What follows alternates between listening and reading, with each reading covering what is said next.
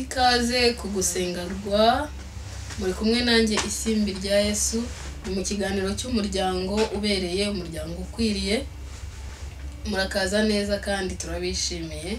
Reka dusenga Imana. Mwami Imana yacu, Mana ishobora byose, mu izina rya Yesu Kristo turaguhamagaye umwuka wera kugira ngo uzubane natwe, uhe umugisha bari kutwumva n'abari kudukurikirana, kugira ngo uyu mwanya ube umwanya w'agaciro. Turasengera imiryango yacu kugira ngo yigirire neza. Mwami, dukeneye yuko tuba abakwiriye, tugira imiryango myiza, mu izina rya Yesu, amen. Turabakunda, turabishimiye, turi kumwe muri iki kiganiro cy'umuryango ukwiriye. Umuryango nk'uko dusanzwe tubimenyereye kandi tubikoraho kenshi, umuryango ugizwe n'ababyeyi, umugabo, umugore n'abana. Twirengagije bya bindi byadutse by'abantu basigaye babana bahuje. Ni ishyano ryaguye. Uwiteka Imana itabare abacu, itabare itorero, itabare isi yose, kuko ni ishyano. Ubundi igitekerezo cy'Imana cy'urugo ni umugabo, ni umugore, ni umuhungu n'umukobwa bahura bafite umushinga mwiza, Imana ikabahuza hamwe kugira ngo bakore umuryango. Umuhungu akaba umugabo, umukobwa akaba umugore, hanyuma bakaza kuba ababyeyi, Imana ibahaye umugisha. Umuryango rero uyu munsi turi buvugeho, turavuga ku kintu kirebana n'abana, kuko ni kimwe mu muryango. Ubundi abana ni abantu baza gutuma umuryango wuzura, kuko ni imbuto, ni igitekerezo cy'Imana. Imana ishyiriraho bombi kugira ngo bagende muri mission Imana yahaye urugo, umugabo n'umugore muri Edeni. Yarababwiye ngo ngaho mugende mubyare mwororoke. Nuko mu muryango yabaremeye Edeni, ibaremera ibisabwa byose, irangije ibahereza ubushobozi muri bo bwo kubyara bakororoka. Turasenze mu izina rya Yesu Kristo kugira ngo Imana yibuke abacu babana bakaba baratinze cyangwa bitarakunda. Ntabwo nkunda kuvuga ngo umuntu ntabyara, kuko ntabwo tugomba gushyiraho akadomo, ahubwo ntarabyara. Shuti uri kutwumva utarabyara cyangwa uziranye n'umuntu utarabyara, ni ukuri ni igihe gusa, ariko turatura mu mbaraga z'amaraso Yesu Kristo kugira ngo Imana ifungure inda yawe, ubyare, ubone umwana, ubone abana, wororoke, kuko ni umugambi w'Imana, ni ubushake bw'Imana. Niba hari isengesho riryoshye, kuko uba uri gusengera mu cyanditswe, ubundi murabizi yuko Imana ijya idusaba yuko dusengera mu ijambo, tugasaba uko Imana bishaka. Icyifuzo cyo gusaba Imana ngo iduhe abana ni icyifuzo kijyanye n'ijambo ry'Imana rwose. Ubu uri mu cyanditswe, ubu uri mu mutima w'Imana, kuko Imana ibahuza ubushake bwayo n'icyifuzo cyayo n'umugambi wayo, ni kugira ngo muzabone n'urubyaro. Rero niba bitarakunda, ubu uyu mwanya rwose bizakunda ejo n'ejo bundi, kandi turasenze ngo imbaraga zose zituma bidakunda zicike, ziburizwemo mu izina rya Yesu Kristo. Hanyuma turi kuvuga ku muryango ubereye, turavuga ku bana. Abana umugisha Imana itanga, impamvu iha ababyeyi abana, impamvu izana abana mu muryango ni ahantu Imana iremera, ni ahantu Imana iyororotsa, ni ahantu Imana izana abandi bantu ku isi, ibahaye vision na mission, ibashyizemo ububasha bwayo, ibashyizemo buri kimwe cyose ishaka kugira ngo bakore umurimo, nabo bagende bazakore umuryango. Rero ikigaragara kiriho impamvu Imana iha ababyeyi abana, niki Imana ibishaka ko ababyeyi dukora, niki Imana iguhera abana. Ese baguhera kugira ngo ujye wirata mu bandi babwira uti nanjye narabyaye mfite 12? Ese Imana iguha abana kugira ngo gusa ngo ugire abana umenye ko mu nda yawe havamo abana? Ese Imana yaguhereye abana tujya tuvuga ngo izina ry'icyubahiro. Hari abantu bajya bipresenta bakavuga ati yewe nitwa kanaka, mu izina ry'icyubahiro ndi mama kanaka. Ese icyo cyubahiro Imana yaguhaye, iryo zina no guhindurirwa amazina Imana yaguhaye, yabiguhereye iki? Turabisoma mu ijambo ry'Imana, impamvu Imana yaguhaye abana n'inshingano Imana iguhaye. Iyo Imana iguhaye abana, ibiguhaye inshingano, ni responsibility ibiguhaye. ni akazi biguhaye. Iyo ubyaye umwe ukabyara babiri, ukabyara batatu, ukabyara bane, ukabyara, uko bagenda biyongera niko inshingano zawe ziba ziyongereye. Kandi umwana umwe atandukanye na mugenzi we uko ari 9, ufite company 9 mu rugo rwawe, ufite inshingano z'abantu 9 ugomba gukurikirana gato kuri kanini kugira ngo abo bantu bavemo umusaruro w'Imana yaguhamagariye gukora. Rero ntabwo ari ugupfa kubyara ntabwo ari ugupfa kubyara gusa, ahubwo no kumenya ngo inshingano mfite ku mwana ni izihe, n'igihe Imana imumpaye. Wenjoyinga, ushime, ubyine, tuguhe impundu rwose, tuguhembe, ariko umenye ngo inshingano Imana iguhera umwana ni izihe. Uyu munsi rero mu muryango nicyo kintu tugiye kwigaho, kuko umwana yabaye mubi, umwana yabaye atanye, bibabaza umubyeyi, bibabaza itorero, bibabaza igihugu, bibabaza isi yose, kuko uba umeze nkaho ubitse igisasu cya kirimbuzi mu rugo ari cyo uri korora. Uri korora, mwumve ko mvuze korora, ntabwo mvuze kurera, kuko iyo utari gukora icyo Imana yakuremeye gukorera umwana, uba umeze nkaho ari itungo uworoye. Kandi umwana Imana iguhaye ntabwo ashinzwe kugaburirwa gusa ngo umuhe ibiryo, kuko n'ingurube zibi wawe urazigaburira, n'imbwa zibi wawe urazigaburira, n'amatungo yandi abi wawe urayagaburira. Rero umwana, inshingano zawe ku mwana zirenze cyane, biri hejuru cyane y'ibyo watekereza byo kugaburira umwana. Hari ibintu byinshi ushinzwe ku mwana. Bibiliya iratubwira mu Migani 22 umurongo waho wa 6, haravuga ngo menyereza umwana inzira akwiriye kunyuramo, azarinda asaza atarayivamo. Iki ni cyanditswe umubyeyi wese yarakwiye kuba azi mu mutwe, ukagisubiriramo igihe cyose uzamenya kutwite, cyangwa wabyaye, cyangwa se wongeye wasubiyeyo nta mahwa, wongeye wasubiyeyo. Uko baje kuguhemba, uko Imana ikugiriye umugisha ikaguha ikamba ryo kuba umubyeyi, ikagugirira ubuntu, ikaremera mu nda yawe. Iki ni cyanditswe umubyeyi wese yarakwiye kuba azi mu mutwe we. Menyereza umwana inzira akwiriye kunyuramo, azarinda asaza atarayivamo. Imigani 22 umurongo waho wa 6. Menyereza umwana inzira akwiriye kunyuramo, azarinda asaza atarayivamo, cyangwa se akiyirimo. Excuse. Iyi Imana iguhaye umwana, imumarisha amezi 9 mu nda yawe. Ntabwo Imana yari inaniwe gufata umwana ngo umureme umunsi umwe nkuko yabikoze kuri Abraham, kuri Adam, cyangwa se kuri Eva. Nubwo twebwe tubibona ngo ni umunsi umwe, ariko hari procedure, hari icyo Imana yakoze kugira ngo uwo mwana abeho. Ireme umuntu, yatobye rugondo. Ntabwo bitubwira Bibiliya amasaha n'umwanya byamaze Imana, ariko iyo ndebye icyo ijambo ry'Imana rivuga, rikavuga ngo reka tureme umuntu ase natwe. Ibindi byaremwe byose Imana yagiye ivuga ngo iki kibeho kikabaho, iki kibeho kikabaho, iki kibeho kikabaho. Bijya binatangaza cyane ukuntu Imana yagiye ivuga ngo habeho hakabaho, habeho hakabaho. Ariko igiye kurema umuntu, noneho yakoze inama. Ntibyabaye gutegeka gusa rimwe, yakoze inama. Imana Data na Yesu na Mwuka Wera bajya inama, baravuga ngo reka tureme umuntu mu ishusho yacu ase natwe. Haleluya. Bisobanura ko Imana nayo yabanje kugira ikintu ikora, ibanza ihuza imbaraga, ihuza ibitekerezo, irangije irunama ijya kurema, ngo ifata urwondo irabumbabumba. Ntabwo Imana yapfuye gusa gushyiraho umuntu gutyo gusa. Nicyo gituma iyo iguhaye umwana, ibiguhaye inshingano nawe zo kwitabaza. Niyo mpamvu nta muntu ubyuka ngo abyare gutyo, ahubwo ugomba kubonana n'umugabo n'umugore kugira ngo habeho icyo gikorwa.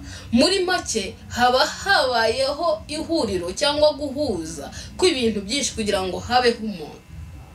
hahuza umuntu, hahuza ibihe, n'imbaraga nyinshi bisaba kugira ngo umuntu aze kubaho. Nubwo wowe watekereza ngo byapfuye kuba, nubwo watekereza ngo sinzi uko byagenze, ariko ntibibaho.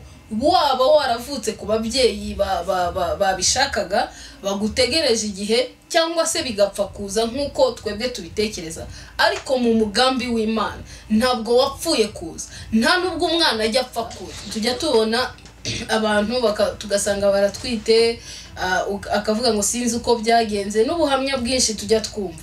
Ariko mu mbaraga z'Imana isumba byose, niba hari igikorwa kitajya gipfa kuza, ni igikorwa cyitwa gutwita, ni igikorwa cyitwa kubyara.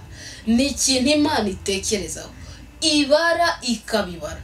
Nubwo wowe watunguwe, ariko uwo muntu Bibiliya iratubwira ngo yahoze mu bitekerezo by'Imana isi n'ijuru bitarabaho.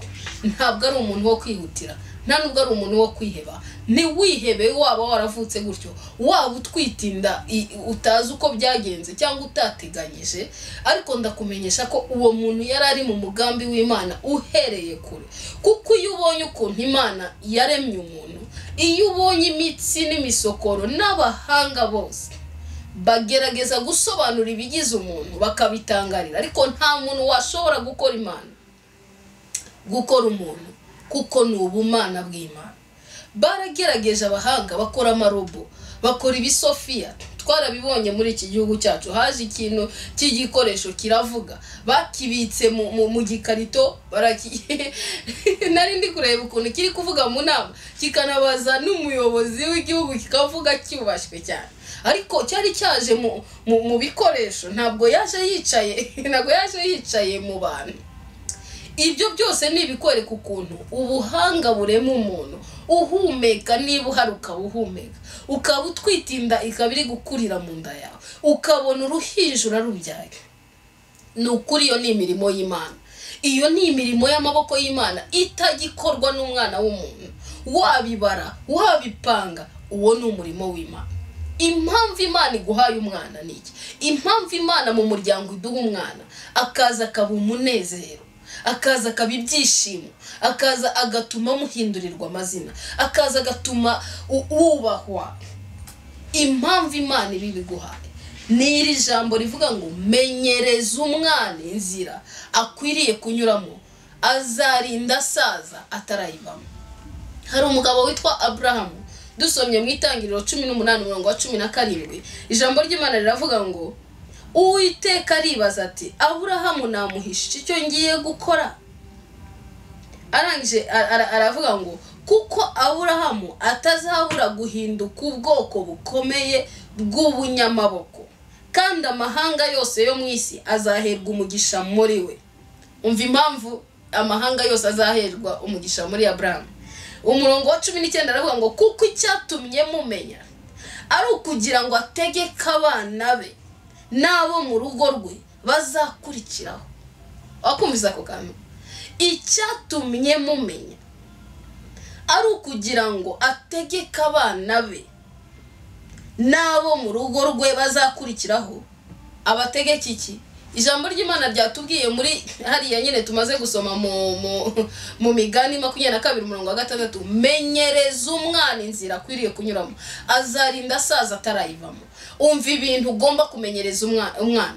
Bibiliya yatubwiye ngo impamvu Imana itatumye ko Aburahamu akorwaho, impamvu Aburahamu yari umuntu w'umwizerwa ku Mana, impamvu Aburahamu yagombaga kumenya iby'Imana igiye gukora Isodomu igiye kurimbura handi kwa Loti, impamvu Imana yagize Aburahamu umunyamabanga ye, ngo nukugira ngo, haleluya, nukugira ngo ategeke abana be n'abo mu rugo rwe bazakurikiraho. Abategeke iki? Icyambere, gukomeza mu nzira z'Uwiteka, bakora ibyo gukiranuka, baca imanza zitabera, kugira ngo Uwiteka azanire Aburahamu ibyo yamuvuzeho. Haleluya. Umva, kugira ngo Imana ikuzanire ibyo yakuvuzeho. Mubyeyi wowe ugiriwe ubuntu ukaba uri umubyeyi, niba mufite umuryango mukaba mufite urugo, kugira ngo Imana ibazanire icyo yabavuzeho. Niba Imana ibahaye urubyaro, mubonye inshingano zikomeye. Impamvu Imana yagiriye neza Aburahamu, impamvu Imana iguhaye abana, ngo nukugira ngo ubatoze abo mu rugo rwawe, ubategeke. Yavuze ngo kugira ngo ategeke abana be n'abo mu rugo rwe bazakurikiraho. Nukuvuga ngo ni generation izagukomokaho. Iyo utegetse umwana wawe, iyo umenyereje umwana wawe, ubu bikoreye umwana wawe, ubikoreye n'abazamukomokaho, nukuvuga ngo ibisekuruza bingahe bizagukomokaho. Ubukoreye not only wowe, ahubwo ubukoreye n'ibisekuruza bizagukomokaho. Muri make ngo ubatoze gukiranuka, baca imanza zitabera, gukomeza mu nzira z'Uwiteka, bahora bakiranuka kandi ngo baca imanza zitabera. Ibyo ni ibintu umubyeyi agomba gutoza umwana we. Twagiriwe ubuntu n'Imana turakizwa. Ubwo nukuvuga ngo umuhamagaro tuba dufite wa mbere ni ugutoza inzira abana bacu bakwiye kunyuramo, tukabamenyereza kubaha Uwiteka, tukabategeka. Hano hantu harimo itegeko. Umwana w'umurokore, umwana w'umuntu wagiriwe ubuntu agakizwa, ntabwo gusenga ari amahitamo. Tujya tubibona tukumva n'ubuhamya bwinshi abantu babayeho baterekera kuva kera na kare. Ntabwo abantu ba kera bajyaga bemera ko umuntu ni imyizerere iyo ari yo yose ku isi, ni icyo usenga umwana wawe agomba kugisenga. Muzarebe n'abandi bari muri za religion zindi tudasenga kimwe bunama bakunamuka.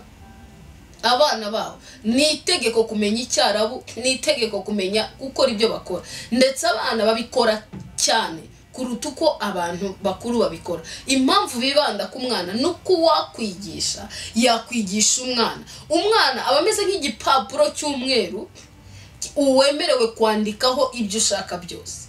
Umwana aba ameze nka beto itose. Urabona ko kundi bubaka bari gukora isima cyangwa n'ahandi hantu bigatota, wemerewe kwandikaho mu ibara ushaka iryo ari ryo ryose. Iyi Imana iguhaye umwana, imuguhereza ameze nk'igipapuro cy'umweru, imuguhereza ameze nka beto itose kugira ngo wandikeho ibyo ushaka. Impamvu rero Aburahamu Imana yamugize umunyamabanga we agatona imbere y'Imana, ngo Imana yari imusigarije kugira ngo ategeke abana be n'urubyaro rwe ruzakurikiraho. Nukuvuga ngo Imana iguhaye amahirwe y'umwana, iguhaye amahirwe y'urugo, y'umuryango, mwabona mwagirirwa ubuntu ikabaha abana. Ntabwo iguhaye umwana wo kujya wirirwa ushyiramo gusa ibitekerezo byawe, ntabwo iguhaye umwana wo kwirirwa wambika uko ushaka, ntabwo iguhaye umwana ngo wo kuzakuvuganira no kuzaguhorera mu banzi bawe, ntabwo iguhaye umwana ngo azige amashuri wowe wananiwe kwiga, ntabwo iguhaye umwana ngo azakore ngo yusi kivi cyawe ngo aho wari ukijejeje, ntabwo iguhaye umwana kugira ngo azakugurira ibyakunaniye kubigura niba bitarashobotse kuri wowe kuki ushaka kubiraga umwana wawe. Ahubwo Imana iguhaye umwana kugira ngo umutegeke mu nzira z'Uwiteka, umumenyereze. Ijambo ry'Imana ryatubwiye, ngewe niyo ndi kurera abana bafite abana bane, ndavuga ngo ngiye gukora ibyo ngiye gukora. Ijambo ry'Imana riratubwira ngo nimba imumenyereza azarinda asaza, azarinda akura atarayivamo. Imyaka yo hasi ufite uburenganzira bwo kwandika mu mwana wawe icyo uzamubwira, umwana azagikurana. Menyereza umwana wawe kubaha Uwiteka, tegeka umwana wawe gusenga, ubikora kiri n'agahinda, nikiga kuvuga papa, kige kuvuga mama, ukabwira Yesu. Fite umwana ujye uvuga ngo mashyo kitukito, ubwo ngo namaraso ya Yesu Kristo. Amashyo kitukito ni yarwaye, ndamubwira ni senga mbere yuko umwana amenya gusaba papa ikintu. Turabizi twese ko umwana azi ko papa ari umuntu ukomeye cyane, mama ari umuntu ukomeye, tuba turi abantu bahambaye mu maso y'abana bacu. Impamvu Imana yaduhaye agakiza ni ukugira ngo abana bacu ducishwe bugufi imbere yabo, noneho tubabwire ko hejuru yacu ababyeyi hari Imana ikomeye, hejuru y'ibyo badusaba. Hari igitabo kimwe nigeze gusoma, umukozi w'Imana aravuga ngo we iyo ari kurera abana be, cyari kuri parenting, imbere yuko umwana musaba ikintu abajyana hano mu cyumba cy'amasengesho bagapfukama ngo bagasaba Imana, kandi umubyeyi we abizi ko ibyo bintu bifite, ariko yabamenyereje ko atari we uriho, ahubwo ni Kristo uri muri we, nk'uko ijambo ry'Imana ribivuga. Noneho iyo umwana musabye ikintu, we ajya mu cyumba cy'amasengesho bakajyana, noneho Imana yabikora bagacayo bagashima Imana, bakavuga ngo wow, Imana ishimye ko yabikoze, hanyuma we agafata icyubahiro cya kabiri inyuma y'Imana. ibyo bintu ni byiza ko tubitoza abana bacu, kuko hari umunsi umubyeyi ananirwa. Iyo wananiwe kumuha icyo agomba kubona, amenya ko ubuhingiro bwe atari wowe, amenya yuko umuntu adashira amaso udahanga amaso umuntu, ahubwo tuyahanga Imana. Icyo gihe umwana azamenya ko ibintu byose babisaba Imana rurema, azamenya ko imbaraga n'amaboko ari iby'Uwiteka, azamenya ko n'igihe papa we azaba adahari ushobora gupfa cyangwa ukajya ahandi hantu, ijisho ry'Uwiteka rimureba. Bibiliya iratubwiye ngo tumenyereze abana bacu inzira bakwiriye kunyuramo, tubatoze. Hano mu itangiriro hoho 18-17 muri misiyo za Abrahamu, Imana yabikoze kugira ngo Abrahamu amenyereze icyambere ngo ategeke abo mu rugo rwe, abana be nabo mu rugo rwe, abatoze kubaha Imana, abatoze gutinya Imana. Mbere yuko umutoza kubaha Imana no gutinya Imana, biza gusaba kubanza kumumenyesha Imana kwibaho. Umubyeyi azakubona ko uri umubyeyi, azabona ko ushobora byose, ariko wowe uzamuhe transfer. Ntuzigere wemera gusangira icyubahiro cyawe n'Imana. Uzabwira umwana ko umunyacyubahiro wa mbere yawe yuko ari Imana, kuko twabonye tudashobora byose. Twabonye abana bakura, yamara gukura agaca amazi ababyeyi be, agahita abona ko umubyeyi we hari ibintu atakoze, kuki udakora cyane, kuki udafite amafaranga, kuki utameze gutya, akahita yigereranya n'abandi bana. Ariko icyo ukora iyo uri gutoza umwana ukamumenyereza, ukamutegeka iby'Imana hakiri kare, ikintu uba umubitsemo nuko hejuru ya papa na mama, hejuru y'ibyo abona ashoboye cyangwa adashoboye, hari Imana ishobora byose.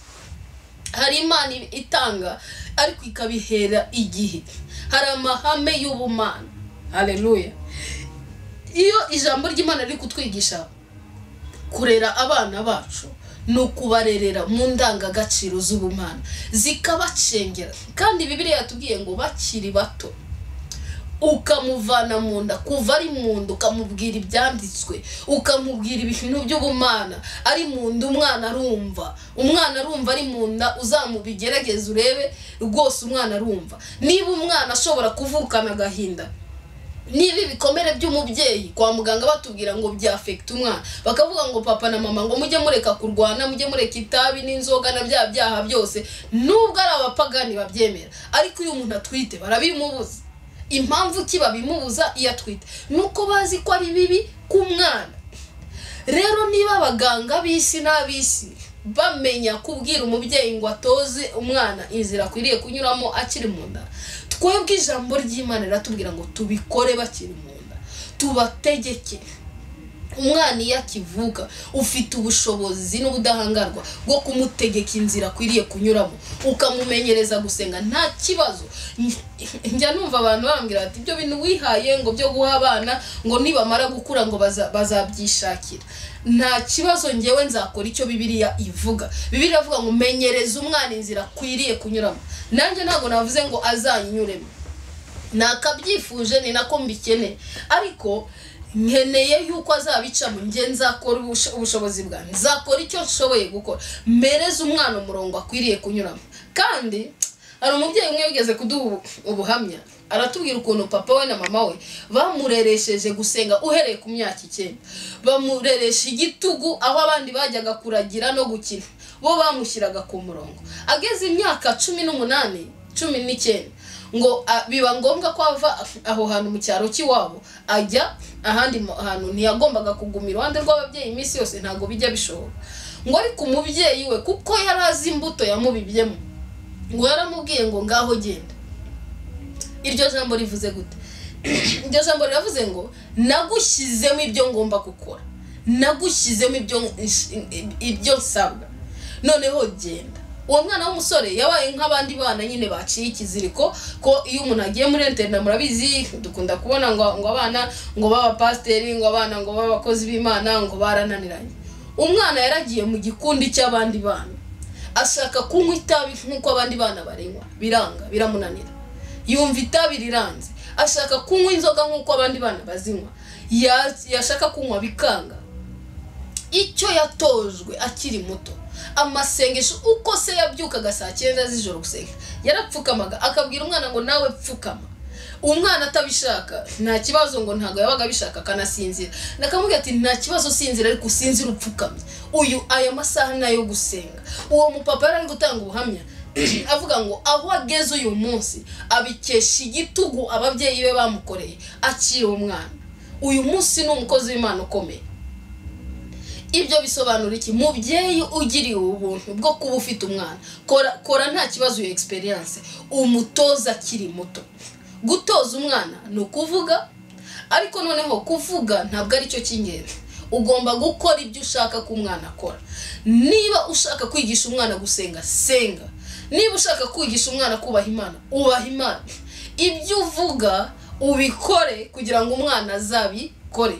Niba upfa kuvuga gusa, ukaba umukozi w'Imana ku rusengero, ukaba umukozi w'Imana kuri kamera, umwana akamenya yuko papa ni umukozi w'Imana, mama ni umukozi w'Imana, ariko kuri kamera mwagera mu rugo ukaba umuntu usanzwe, wa undi utukana ibitutsi, wa undi utasenga, wa undi wibereyeho ubuzima rwose bwa undi busanzwe.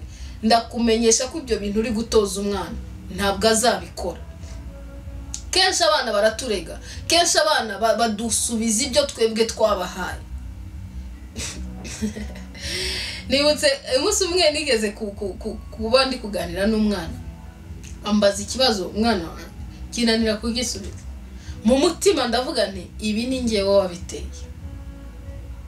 Iyo ushaka kwigisha umwana ikintu, ugikore ukimubwira uki, you lead by example. Ukoreshe ingero kandi umubere urugero. Niba umubwira ibyiza byo gusenga, senga. Niba umubwira ibyiza byo kurya akarabye, karaba. Niba umubwira ibyiza byo gukunda abantu, kunda abantu. Ntabwo uzaba abantu binjira mu rugo rwanyu ngo basohoke usigara ubanegura, usigara ubavuga nabi, ku mugani wa wundi ngo nzabinyana yimbwa. Sinzi niba ko kantu mukazi. Umwana kubera ukuntu ababyeyi be bahoraga bakritika abandi, umuntu yava mu rugo ati nyana yimbwa iteye imbere di. Umuntu yakubaka etaje ati dore ya nyana yimbwa yubatse etaje, dore ya nyana yimbwa ikoze ibi. Ibintu byose umubyeyi ahora. Umunsi umwe umubyeyi abaza umwana, aramubwira ati uriyumva wifuza iki kuba iki mu buzima? Umwana aramubwira ati ndifuza kuzaba inyana yimbwa. Kubera iki? Yumvaga compliment zose, yubatse etaje, yabaye iki. Ise iyo yajyaga kuvuga ikintu undi muntu yagezeho cyiza, yabaga yamututse, yamwise icyo kigambo. Rero niba ushaka gutoza umwana neza, banzube icyo wowe wifuza ku mwana azabacyo.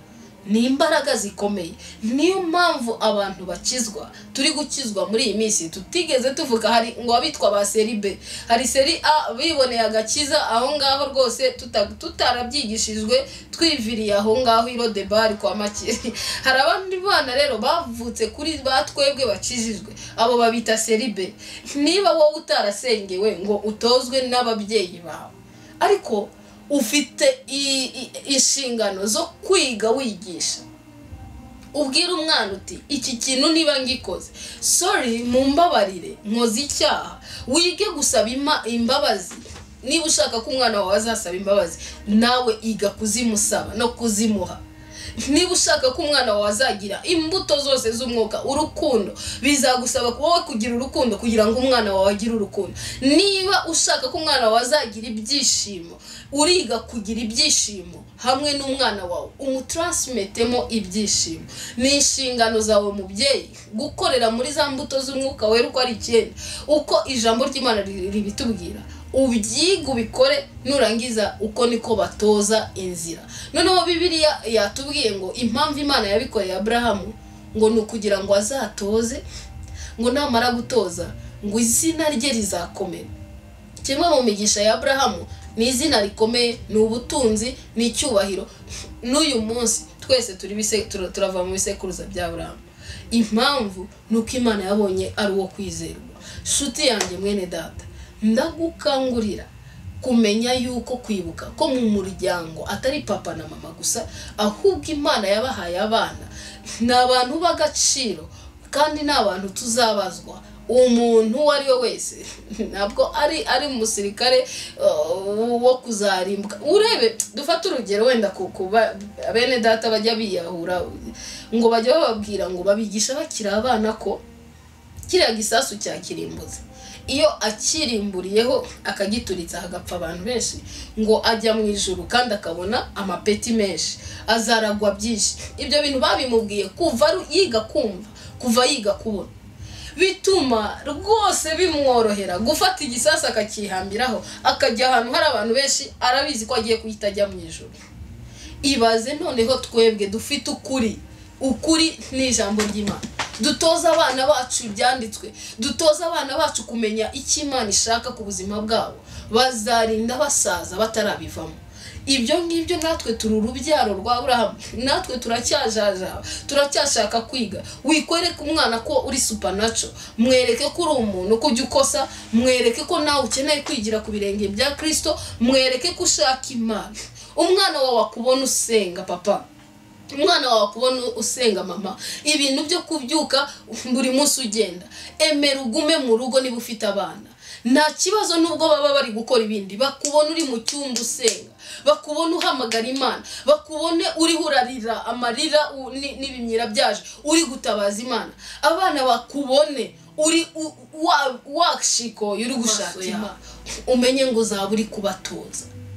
Ubatoze inzira z'Uwiteka, ubatoze kubaha Imana, ubatoze kubaha abantu, ubatoze gukora, ubibatoze, bazarinda basaza iyo nzira batarayivamo. Twavuga ibintu byinshi ko ibirebana no kurera abana ni byinshi, ariko reka dutwara akangako, dutoze abana bacu gukunda Imana, tumenyeshe abana bacu Imana, babanze bayimenye kwibaho, tubamenyeshe ko Yesu Kristo ari Imana, tubamenyeshe ko Mwuka Wera ari Imana. Ubimubwire nubwo yaba uri kubona atari kubyumva. Ku myaka mito, umwana w'amezi yaturagakiza, umwana uri mu nda umusubirishamo, amuga ati mwana wanjye, ukamubwiriza, ukamubwira ngo Yesu Kristo niwe Mana, yapfiriye abari mwese, hanyuma ugasipoza wowe ko ari kubyumva, ukamubwira ati ngaho akira Yesu Kristo nk'umwami n'umukiza, ukamwatuza mwami Yesu, ndakwakiriye nk'umwami n'umukiza w'ubuzima bwanjye. Kuva uyu munsi amazina yanjye uyasibe mu gitabo cy'urupfu, uyandike mu gitabo cy'ubugingo, ndicyaremwe gishya. Umusubirishemo amagambo yo gukizwa. Namara kuvuka ubimusubirishemo ari uruhinja, kwa kundi bavuga ngo umubwire ngo Yesu Kristo ni umwami, ni umukiza. Namara kumenya kuvuga papa na mama, umusubirishemo umubwire ngo Yesu niwe Mana, Imana Data na Yesu n'Umwuka Wera. Ubimufatishe uko agenda akura, ugende uvuga mu mvugo yiwe yumva, ariko ubimubwire. Niba yabasha kuva ku isosi akamenya kuguguna igufa, umwana akamenya kuva, akamenya kureka kusoba mu myenda, akamenya aho bakorera bashyira imyanda, akamenya buri kucyo atamenya ko Yesu Kristo ari we Mana. Arinda azakura babandi batamwizera bagastangira kumushyiramo amadute no kucekeranya no kutabimenya. Impamvu nuko tutabibabwiye hakiri kare, tuzi ngo haracyari kare, ngo baracyari abana. Nta mwana ubaho, umuntu ni mwishi, umuntu Imana ikimurema yitwa umuntu. Ubundi mu Bayapani no mu bindi bihugu umwana aba atangira kuba umuntu ari mu nda, baramubara. Impamvu inda y'amezi 6, 7, 8 tudashobora kumufata ngo uwo muntu ngo niba wabyaye umwana tukagira ibyago agapfa. Uzarebe ko uwo mwana batamufatira serikeyi, kuki badafata uruhinja rwapfanye na nyina ngo babivange hamwe, kuko babatuma. Niba ari umuntu bakubwira ngo mwite izina, umwandikeho itariki yavutse, uyu munsi apfa uwo munsi, unuko bazi ko uwo muntu ari umuntu. Ese uwo mwana mwizuka, ese uwo mwana wawe utari kubwira Kristo, uribaza uyu munsi impanda iramutse ivuze, papa na mama mukazamuka mutarigeze mwatuza abana banyu agakiza ngo Yesu Kristo babere umwami n'umukiza, uzazamuka uvuga ngo iki? Imagine uri kuzamuka mu bicu, umwana wawe wakabebe kakandi kagitangira kuvuga, katangiye ngo papa mama, kari kutureba tuzamuka mu bicu. Atuza umwana wawe agakiza mama papa, musubirishemo, umubwire nubwo atari kubyumva ariko ari kubyumva. Umubwire ngo hari Imana Data yatwitangiye ku musaraba, ipfira ibyaha byacu. Umuntu ukiri mu nda, umuntu n'uwa kamere, umuntu n'uw'ibyaha, nubwo umubona ataratangira gukora ibyaha, ariko uzakareba agahinja ugashyize ku ibere ukarangara gato kazakurya amenyo. Uzareba umujinya w'uruhinja uzareba amahane w'uruhinja, uzareba umwana w'imyaka 2. Ibyo ngibyo muba muvuga ngo ni abamarayika, ntabwo ari abamarayika. Umuntu n'uwa kamere y'icyaha, kamere muntu turayivukana. Uzamwitegereza umwana uburyo mu twana tw'imyaka 2 kazamenya gufata bombo kakayihisha, azamenya guhisha utuntu. Nuko kamere y'icyaha tuyivukana. Mubyeyi ufatirana hakiri gato, hakiri kare, akiri uruhinja, umubwira amahame, umubwira ko Yesu ari we Mana, umubwira ko yaducunguye ku musaraba, hanyuma umubwire ngo urashaka kwakira agakiza. Umwana yego, mu bwana azavuga ngo yego. Nutabikora umukecuru uri hahandi hirya n'uwundi uzi ko umuntu ari umuntu azamwatuza ibyo amwatuza, kandi nabara kubimukoresha bizaba bikurangiranye. Ku ishuri azahura n'akandi kana babana, turabuza ubwo buhamya, twagiye tubona abana batwara abandi kuzimu. Amutwara te? Ariko umunsi uzaba warandukuje amazina ye, ukamubwira akabivugisha akanwa ke, akavuga ngo ndasiba amazina yanjye mu gitabo cy'urupfu, ndayandika mu gitabo cy'ubugingo. Umwana ukamumurikira Imana, yaba wowe yaba kumujyanira abakozi b'Imana bashumba, ukavuga ngo ndamuguhaye. Uwo mwana dore ko bajyana ikuzimu ntabwo bazigera bamubona. Bazagerayo basanga amazina ye atari mu gitabo cy'urupfu. Bazagerayo basanga umwana ashinganye, kuko ababyeyi bamufashe bakiri bato, akiri muto, bamudedicatinga, bamuhereza Imana. Mubyeyi ni inshingano zawe kuba uwo mwana ufite. Reka nkubwire, uzabirangarana bizakugiraho ingaruka. Twagiye twumva ubuhamya bw'abana bato, impinja Satani yagiye yinjiramo, abandi bantu baza mu rugo bakaterera mu mwana, divorce ikaba mu rugo ivuye mu mwana. Abadayimoni bagiye bakora urwuri mu mwana, mu bana, bigatuma ababyeyi baryana buri munsi, bigatuma nta kumvikana kuri mu rugo, bigatuma papa agwa, mama akagwa, hakaba imitugararo mu rugo biciye mu mwana. Umva ukuntu Satani yamaze gusobanukirwa ko umwana ari umuntu ukomeye. Umuntu agizwe n'umubiri, umwuka n'ubugingo. Uruhinja ubona ufite rufite ibyo bintu bitatu. Fatirana ugaburira umwana mu mubiri, fatirana ugaburira umwana mu bugingo, amarangamutima ye umutoze, umuhe ubwenge, umujyane ku ishuri, umuhe ibisabwa byose, ariko ntiwibagirwe umwuka we, kumwandukuza amazina yave mu gitabo cy'urupfu ajye mu gitabo cy'ubugingo, yakire Yesu Kristo nk'umwami n'umukiza w'ubuzima. Imana ibaho umugisha cyane. Reka dusenga Imana. Mwami Imana, Mana ishobora byose, turagushima kubw'ababyeyi wahaye ubuntu, wagiriye ubuntu bwo kuha abana. Dusengera n'abandi batarababona Mwami, kugira ngo uzibure inda zabo, wumve gusenga n'amarira yabo. Tufatanyije nabo tugusaba ngo Mana tanga urubyaro. Kuba wamaze kubaha Mana, duhishurire icyo tugomba gukora ku bana bacu, dufashe icyo tugomba gukora ku bana, duhe ubwenge Mwami, duhereze ubushobozi bw'ibifatika, duhereze ubushobozi bw'ubumenyi, duhereze ubushobozi bw'imbaraga z'umwuka, kugira ngo tubashe kurema abana bubaha Imana muri iki gihe, tubashe kurema urubyiruko ruzavuganira n'abanzi bacu mu marembo, bazarasana na Satani. Mwami mu izina rya Yesu Kristo, turagushimiye ko ubiduhaye, ubidushoboje twe nk'ababyeyi bafite izo nshingano, ukadushoboza. Mu izina rya Yesu Kristo dusenze twizeye kandi dushima. Amen.